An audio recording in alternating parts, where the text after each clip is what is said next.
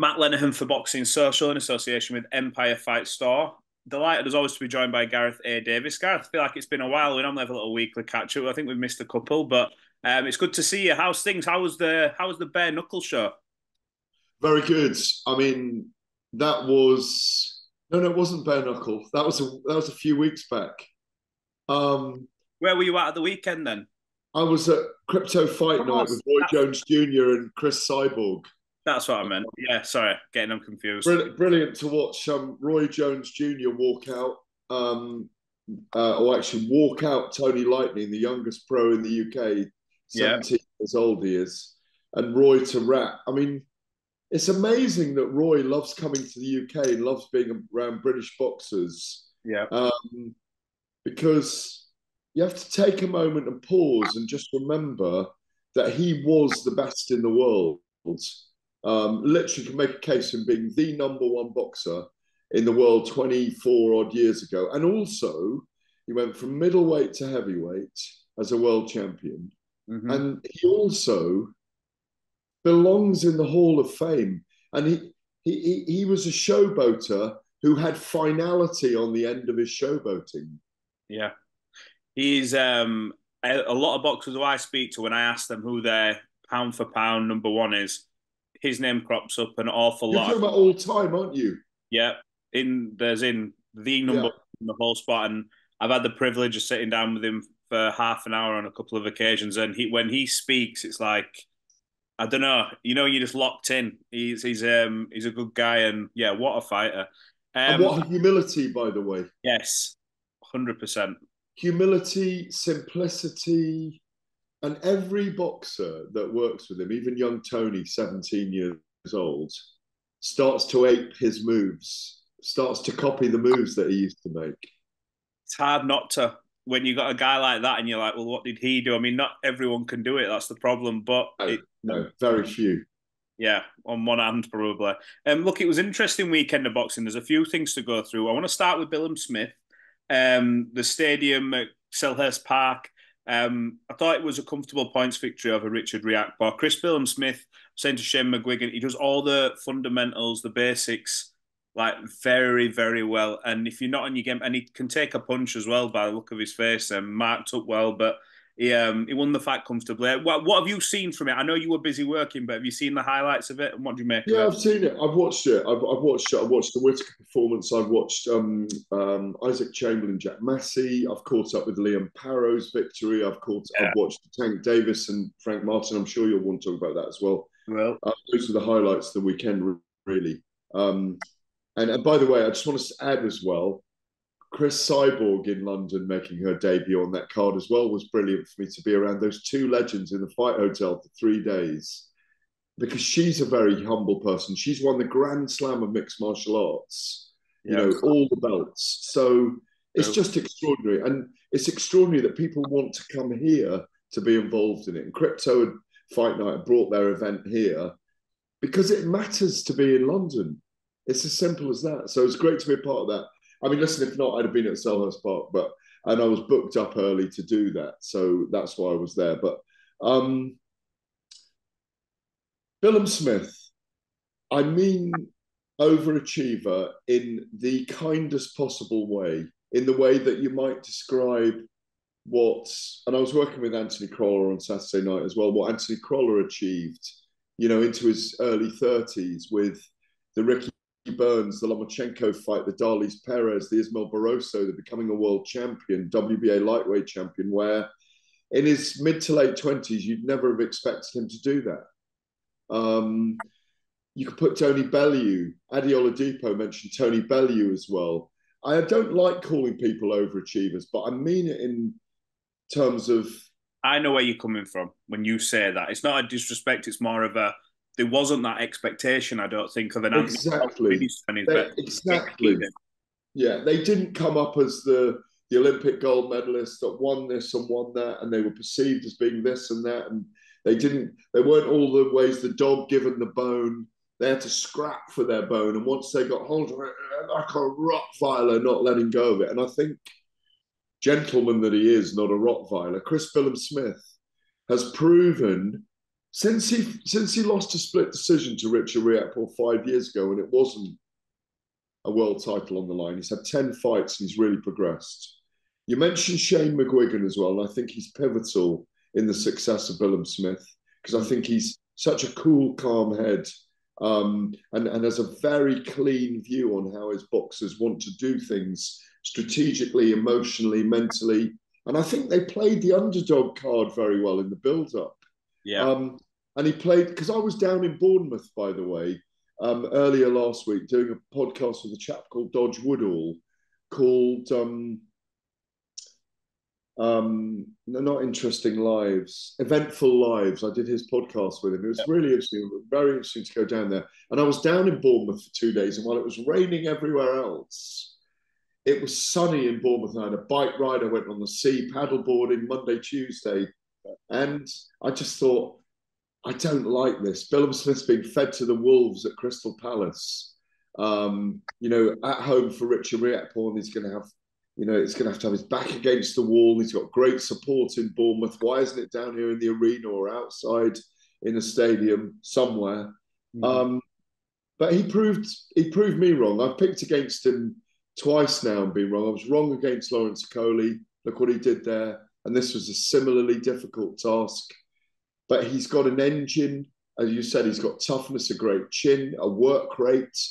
And even though I picked Riakporhe to win by late stoppage, there was a nagging suspicion in me that if it went the distance, that CBS would win it anyway. He won it comfortably, frankly. I thought he won it comfortably. Richard Riakporhe had a few moments of his success early on, but he weathered it really well, CBS, and he came through and he really looked like the champion and he acted like the champion. 100%. Yeah, concur with that. In terms of the card in itself, Ben Whittaker, by the way, he really is must watch. No matter what happens. I mean, the antagonistic approach he has to his opponents, they're all losing the head, and he nearly gained a head with a headbutt in the mid round and a spinning elbow at one point. And I spoke to him after the fight, and he said, "Look, he said I've got the feeling I could have taken him out, but the rounds do me good moving forward." And he has aspirations to take his ability and his fights to America at some point and all these other places. What do you make of Ben Whittaker so far and his performance? Well, he's a fascinating character. He's so watchable in so many different ways. We talked about Roy Jones Jr. Just now, and I talked about this on Talk Sport earlier in my show with Adi Oladipo that's going out today. Fight an extra. Roy Jones Jr. had a finality about his showboating, and I'd like to see a bit more of that from Ben, where he delivers at the let's have the passage of showboating, but then that's a delivery at the end of it.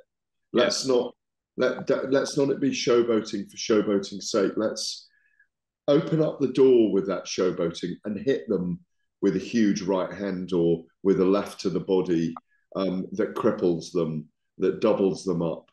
And I think that's all that's missing at the moment. And the word I say this just with a distance and a respectfulness. I want to see a little bit more power. And I think open up your opponent. This is easy for me to say. Open up your opponents with your showboating. Step in and then show the power. Because then he's got it all. Then he's an incredible character. His social media following's gathered 2 million now. That's why people find him fascinating. He squeezes into light heavyweight, frankly, and the size of the man. He's the height of a heavyweight. He's the broadness of a cruiserweight. He's just very narrow. Once he fills out, he's going to be close to. He's definitely going to be a light heavy. He's definitely going to be a cruiserweight for me because he's going to struggle to keep 175. But he's a great character.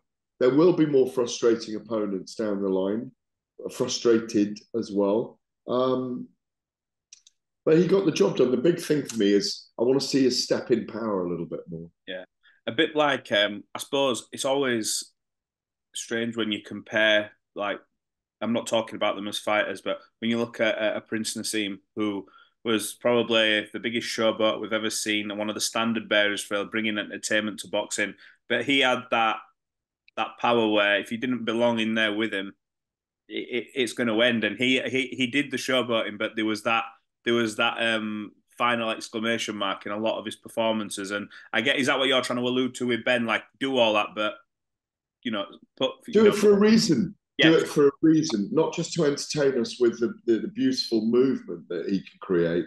Do it for a reason to open up your opponent and deliver. Because if you're showboating, you've got to be dominating, in my view, really dominating. And that's what Nazim Hamid did. That's why the Kevin Kelly fight was so exciting, because he got caught 3 times and he caught Kelly. And, you know, the thing is with Nazim Hamid, it was balls to the wall what he did. it You was. know, he danced, he shimmied, he entranced us. But those huge legs he had, the power that he talked through by rotation, he carried that power, and he taunted opponents. He brought them on, but then he just delivered. As I said, that's the thing that's missing, and that's what Naz did. I mean, they're very different fighters in lots of ways, Yeah, because Naz was a box fighter, wasn't he? Really, he was an artist. He was an artist, frankly. And like you say, he brought that knockout power to featherweight. And the thing is about him at featherweight, you've got a lot of really strong guys in that era, but he just delivered, and he dealt with them really easily. So until he came into Marco up against Marco Antonio Barrera, of course. But by then he'd become incredibly wealthy. He was wearing the silk pajamas, and yeah. couldn't change his style at that point. But we never saw him do that, did we? But that he did it in range, put his hands up in range, but he was just amazing. And I think Ben is a modern type of elusive fighter, but it's very different. Power. 100%. We may see it as he moves up in levels as well, when maybe he has to be a bit more switched on with the level of opponent, and they open themselves. So you never know. It's so horses for courses. But in terms of the fights from the weekend, I remember a few weeks ago we were talking about Subriel Matisse and Liam Parro, and there was this big overriding feeling. And look, he still is a terrific fighter, Matisse. There was always this thing of, oh, he's an overwhelming favourite, and I was shocked, because Liam Parro for me was always a good fighter. Don't get me wrong, I didn't have him favourite in the fight, but I thought wouldn't be the world's biggest upset. He's on a terrific run of form, and he's a great fighter. And he managed to go over there and get that victory and become world champion. And he's a good guy, is Liam. I spoke to him in San Francisco, and he's one of them as well for that part of the world. He's doing his thing, and it's a good story in boxing, and he'll go on to some big fights in that division. Yeah, the Italian Australian in him, the dog in him won that fight. And what we didn't know when he was picked to fight Subriel Matias was, and obviously in Puerto Rico, where they want, where Eddie's wanting to really develop boxing, as we know, Miguel Cotto, Felix Trinidad, and many, many others. It's a boxing country. They're boxing mad. And beautiful people as well. And they've got a huge community in America, so you can harness that community on the East Coast as well, up around New York. So they have Xander Zayas, another one in the top ranks. So who's just won. He's got Hollywood looks. He's a very young man. What is he, 20-0 now or something, 18-0? Yeah, some 20-0. I think he's only a baby as well. He's 20. He's Yeah. 20. I've met him many times. I've gotten so well with him. His mother has brought him up beautifully. And he was one of the headline acts in Puerto Rican Day when he won recently in New York. A big celebration that they have that began, I think, 18 or 19 years ago with Miguel Cotto. That's how big they are as figures in their communities. Yeah. So it's a big upset in lots of ways in terms of the promotion and building. But where it was the biggest shock was we didn't know. I think Parro's undefeated in 15 now, came in undefeated in 14, and we didn't know, because of his opponents, how good he could be. Yes. Till this performance, and he has really delivered here, I think, in an amazing way. And I wanted to have a look at the division. I haven't got it in front of me, and my laptop's not opening. My second laptop. I wanted to look at who the other champions were in the division. It's 140, isn't it? Yeah, well, I believe Haney still has the belt WBC. So it's Haney, yeah. But I think Richardson Hitchens is the mandatory challenger for, Hitchens, that's right. Yeah. and also got the likes of Tiafimo who's fighting Steve Claggett coming up. But then obviously you've got a Jack Ryan Garcia, you've got yeah, no, yeah, Jack Catterall, as you just said, So there's lots of options. I mean, from Puerto Rico to I'm trying to think of a northern town. He's from Chorley, isn't he? Cattrall's from Charlie. Yes, So look, if Eddie could do him, actually, I'm hearing the trilogy is in the works a little bit for Catterall and Taylor potentially from from the mouths of people like Sam Jones. So yeah, that works, by the way. But great performance by Paro, and it, as you say, sets him up for a big fight night now. Simple as that. 100%. Couple more things I wanted to touch on. Gervonta Tank Davis, the quote unquote the face of boxing, is what is they pushed us in America, and he did what Gervonta Tank Davis has been doing the last few fights. I think, I think one thing about him, and I think it got picked up in the press conference. He has this power, which is lights out power, but he's got an exceptional boxing brain. He understands how to break people down, close the distance. His timing's brilliant when you watch him, and you see there's a method to what he's doing. He's not just moving and doing things for certain reasons. And he went out there against a very good fighter in Frank Martin, who was winning rounds. And undefeated as well, wasn't he? Defeated, backed by Errol Spence. Terrific fighter. He'll come again. But Gervonta Tank Davis with a highlight reel knockout. Unbelievable left hand. He doesn't just know how to break people down in the ring. He broke him down before the fight as well, I thought, mentally. He absolutely got into him. And that's where he's really developed as a person in the last couple of years. Now, back in 7, 8 years ago when he came here to fight one of the Walsh brothers, he didn't really speak then. He would, there was 1,000-mile stare from him. Floyd Mayweather did a lot of talking to him. What I like about him now, he's the face of boxing in America, or one of the faces. He hasn't crossed into the mainstream in the world yet. Again, I used this example earlier. If you went to the Euro 2024 right now and asked football fans who Gervonta Davis, 1 in 10 might know, Yeah. English football fans, let's say, or Scotland football fans who are there. So he's not really fully in the mainstream, but he's got the potential to do that. And the super fights that he could potentially have, the rematch of Ryan Garcia, the Devin Haney fight, the Shaka Stevenson fight, they're all enormous. Absolutely enormous. Well, the one that's been touted and it was talked about prior, I think, before the fight was rumored talk with Vasily Lomachenko.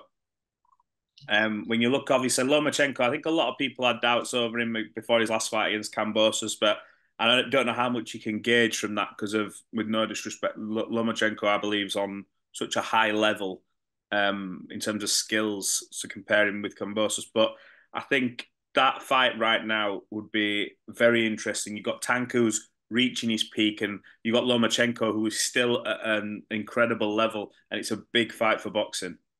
It is, but I don't think it'll happen, Matt, because you look at promotionally where we are.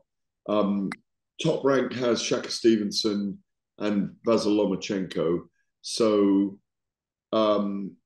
I think it's more likely that Shaka Stevenson would fight Lomachenko, or they could do it the other way around. You're not wrong, but I could see Shaka Stevenson needs a really big fight. Yes. And Lomachenko is a really good fight for him. So it depends whether you say, because I do think Tank Davis and Lomachenko is a brilliant fight, but I do see the age in Vasyl a little bit. I know he was brilliant last time out against George Kambosos, but like you say, having a young stud like Tank Davis against him, approaching the peak of his powers, I'd say. I think his powers are going to be the next 2 or 3 years. I don't know how well he lives. I think he looks like he lives pretty well. Yeah.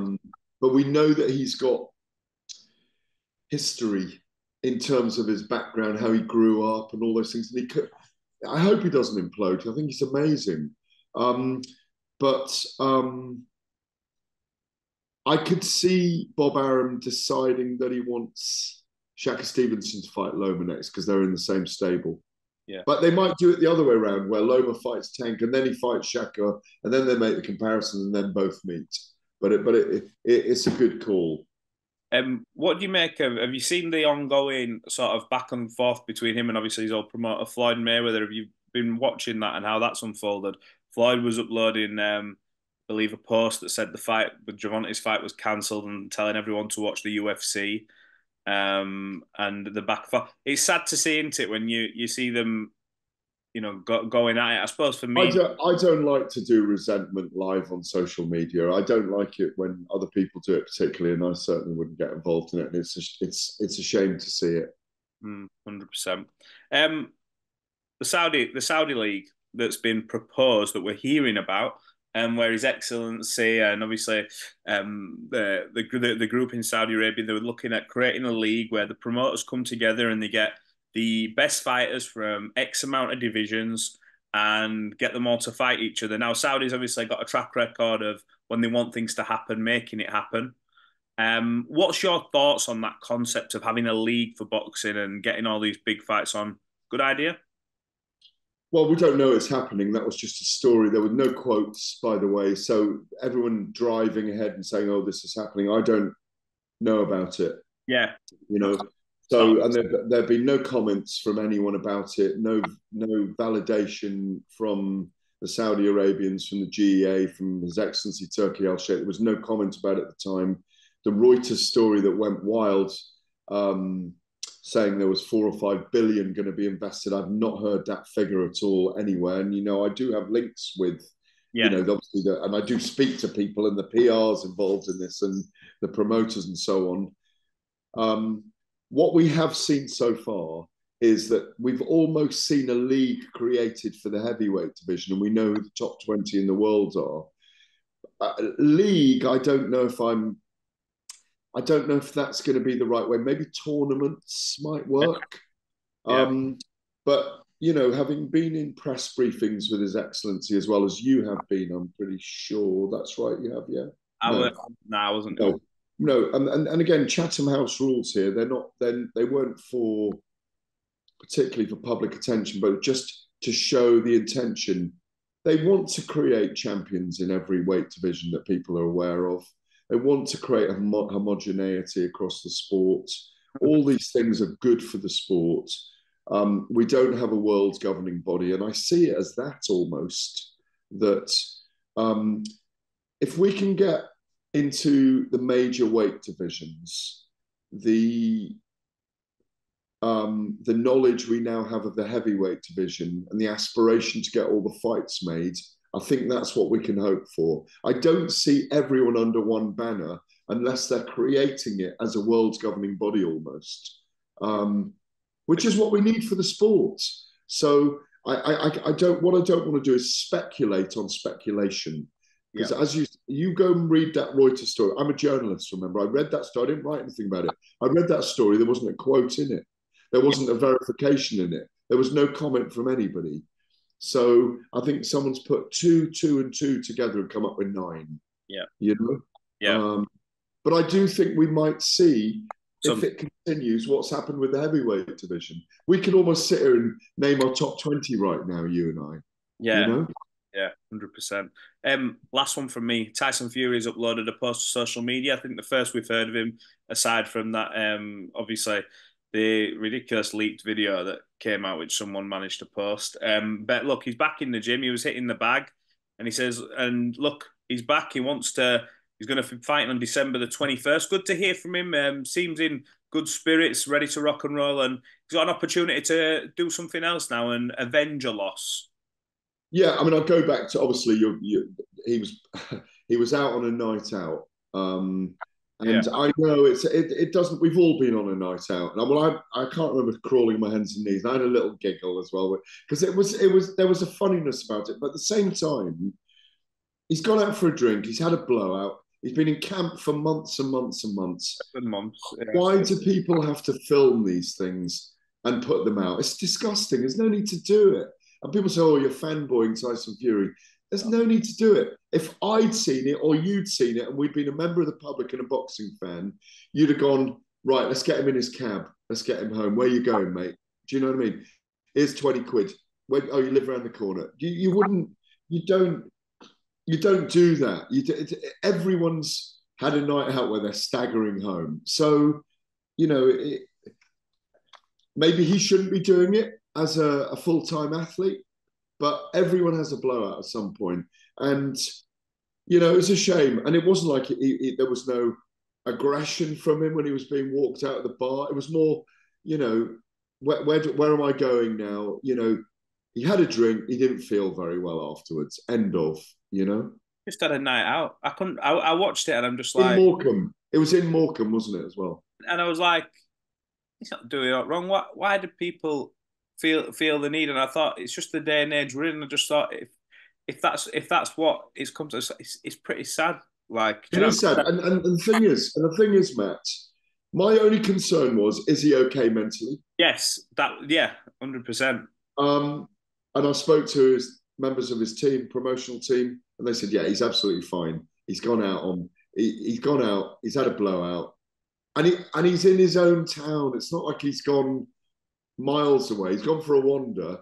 And it was good to see him in the gym. To round the point, it was good to see him in the next gym. The next day, say, look, I'm still in shape. Really, I want it. I want that on December the 21st. I'm going to reverse it. And the comeback, as he rightly says, the comeback is the biggest fight you ever have after a loss. 100%. Look, we look forward to seeing him back in the ring. I appreciate you catching up with me and covering a lot of topics. We've obviously got Felix Cash, Tyler Denny this weekend, along with Lewis Crocker and Conor Walker. Two great fights down in Birmingham. We'll catch up next week, maybe have a chat about them. But yeah, always appreciate you jumping on, Gareth. It's been a good chat. Always a pleasure, lifesaver. Cheers, Gareth. Thank you, mate. Cheers, buddy.